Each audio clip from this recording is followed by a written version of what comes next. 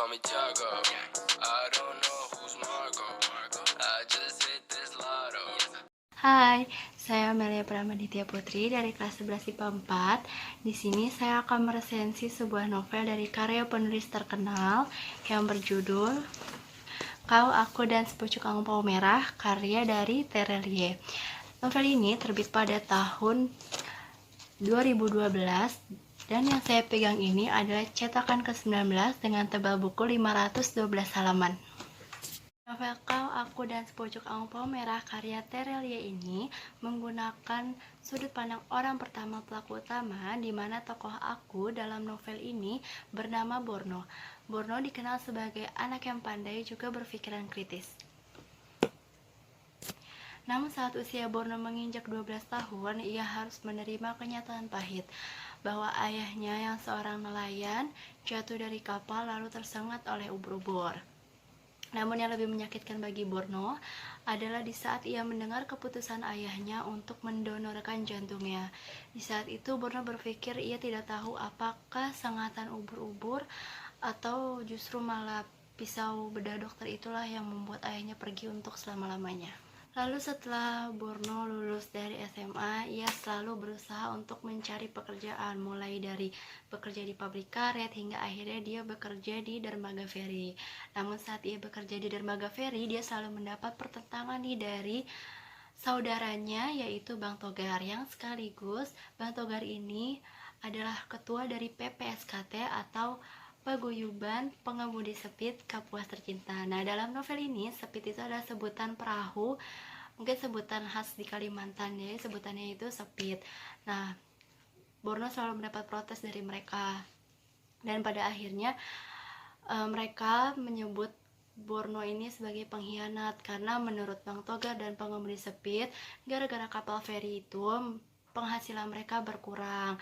Jadi mereka sangat tidak menyetujui Borno untuk melakukan pekerjaan itu, hingga akhirnya Borno tidak diperbolehkan naik sepit, padahal Borno harus menaiki sepit untuk menuju ke dermaga feri tempat ia bekerja, hingga pada akhirnya Borno keluar dari pekerjaan itu, dari pekerjaannya di dermaga feri, dan hingga pada akhirnya Borno juga bekerja sebagai pengemudi sepit.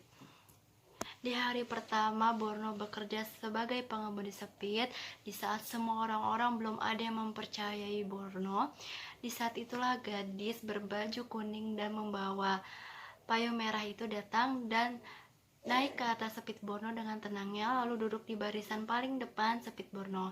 Saat melihat itu, orang-orang mulai berani menaiki sepit Borno. Saat itulah Borno mulai tertarik dengan gadis beretnis Cina tersebut.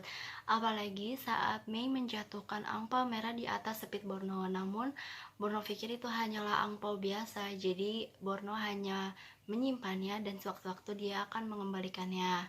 Hari demi hari mereka makin sering bertemu. Akhirnya Borno mengetahui nama dari gadis tersebut, yaitu Mei. Setelah beberapa kali mereka bertemu, hingga akhirnya perasaan cinta tumbuh di antara mereka. Namun akhirnya Mei memutuskan untuk kembali ke Surabaya, tempat tinggalnya dahulu, karena Mei merasa tidak siap jika Borno akhirnya tahu siapa Mei sebenarnya. Sejak saat itu Mei tidak mau bertemu Borno. Dan semenjak saat itu pula Borno merasa hidupnya hampa sekali semenjak setahun lalu ditinggal oleh Mei pergi ke Surabaya. Namun di saat-saat terpuruknya Borno tetap berusaha dan bekerja keras hingga akhirnya ia memiliki bengkel mobil yang cukup besar di kota Pontianak. Nah, suatu saat Borno dikejutkan oleh kedatangan bibi yang merawat rumah Mei di Pontianak. Bibi itu memberitahu kepada Borno bahwa sebenarnya Mei itu telah sakit selama 3 bulan di kota Surabaya. Lalu Bibi itu juga menanyakan kepada Borno apakah Borno menerima angpau merah yang dijatuhkan oleh Nona Mei di atas sepit Borno saat mereka pertama kali bertemu. Nah, ternyata angpau itu memang sengaja dijatuhkan oleh Mei sebagai tanda permintaan maaf.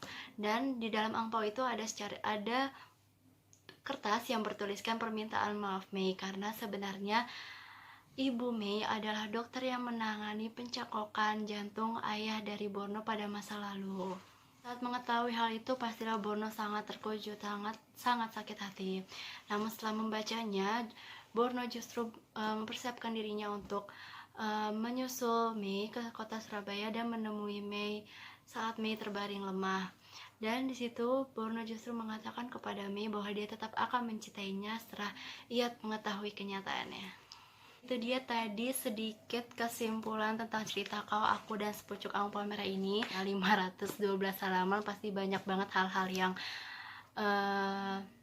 nggak kalian sangka-sangka akan diceritakan di novel ini.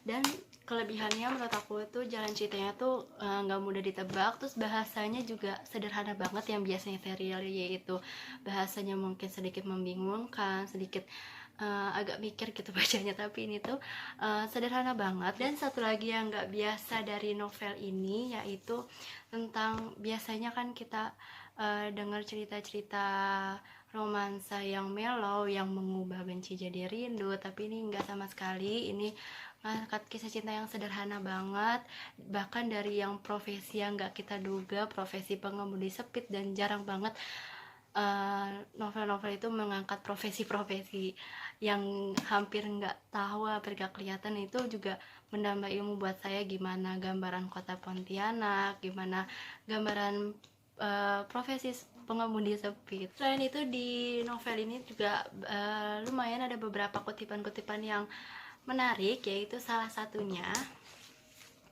sejatinya rasa suka tidak perlu diumbar, ditulis apalagi kau pamer-pamerkan. Semakin sering kau mengatakannya, jangan-jangan dia semakin hambar. Jangan-jangan kita mengatakannya hanya karena untuk menyugesti. Bertanya pada diri sendiri, apa benar sesuka itu? Nah, itu juga salah satu yang saya suka sih, karena ada kutipan-kutipan menarik di dalam novel ini. Dan kekurangannya itu menurut saya ending dalam novel ini tuh gantung. Walaupun memang dia ini happy ending, tapi dalam novel ini diceritakan bahwa ayahnya Mei itu sama sekali tidak menyetujui hubungan keduanya. Namun pada akhirnya mereka berdua ini akhirnya bersama kan. Maksudnya Borno tetap akan mencintai Mei, dan udah sampai situ aja. Nggak tahu apakah akhirnya ayahnya Mei menyetujui atau tidak, kita tidak tahu. Jadi ceritanya ini gak gantung, tapi itu aja sih saya tentang resensi novel Kau, Aku, dan Sepucuk Angpau Merah ini. Semoga bermanfaat buat kalian semua yang mau baca novel ini. Makasih.